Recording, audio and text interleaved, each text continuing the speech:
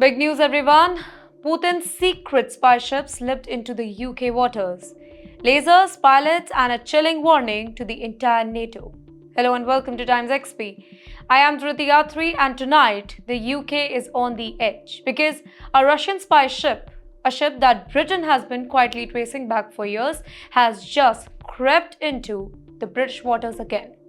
And this time it didn't just sail in, it allegedly aimed lasers at RAF pilots. Yes, lasers at British military aircraft. This is not a drill. This is not an accident. This is Moscow testing a line. And that too again. Well, let's talk about a ghost in the water. Russia's Yantar returns. The ship is called Yantar.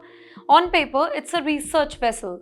But in reality, Western intelligence call it something else. Putin's underwater spy, because this ship does not collect fish samples, it collects data, deep sea intelligence, cable maps, in fact, signal routes and the internet as well. And now, all of a sudden, Yantar has been spotted near Scotland, moving closely, quietly and deliberately, exactly where Britain never wanted it to be. Then came the laser show. As British RAF aircraft monitored the ship movement, something really shocking happened. Pilots, they reported laser beams being directed at them from the Russian vessel. Not signal lights, not flashes, lasers, and well, this is the act the UK Defence Secretary called dangerous. That's right. You know why? Because lasers can blind the pilots, they can damage the sensors, interfere with aircraft system, create a flight emergency. This isn't a friendly warning, by the way, this was a message. After that, Britain fired back and said we are ready. UK Defence Secretary John Healey, he didn't mince his words. He condemned Russia's action publicly, loudly and sent a warning straight to Moscow. We are fully prepared for any further provocation. London is taking no chances, by the way. Patrol aircrafts are up. Navy vessels, they are tracking Yantar. NATO is watching because when a Russian spy, and that to a ship, it behaves aggressively near Britain, Europe pays attention. But you know why is Yantar really doing this? Well, this ship isn't really new to controversies. In fact, intelligence officials in both London and Washington say that Yantar is equipped with deep-sea drones. It also has cable mapping tools, signal interception devices, underwater surveillance equipments. Its job is to locate the West's communication cable and potentially sabotage them in near future.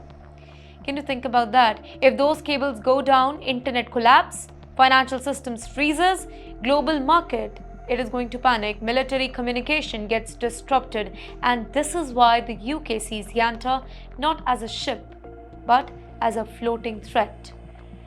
Well, it's a silent war, ladies and gentlemen. Experts believe Yantar is quietly charting the UK island undersea cable network, lines that carry 97% of world's digital traffic. Now, if war ever breaks out, then cutting those cables would isolate Britain instantly. Basically, no missiles, no troops, just one underground operation. And guess who specializes in that? Yantar's mission team. That's right. Russia is laughing it off. He's calling it Western hypocrisy. You know how they responded? They were making it a joke. Well, Kremlin officials, they called the UK's concern militaristic hysteria, Western imagination, anti-Russia fantasy. But let me tell you, this is the same Russia that sent submarines near the cables before, cut lines in the Baltic, jammed GPS, and now they are allegedly targeting the RAF pilots. So Britain isn't just laughing, not this time. Let's look at a bigger picture. It's NATO versus Russia. Quiet but dangerous. Make no mistakes here. This isn't just about one ship. This is about Russia probing NATO's weakness, testing reaction, measuring distances, seeing how close they can get before somebody pushes back. And now, with lasers pointed at British aircraft, the tension has entered a new phase.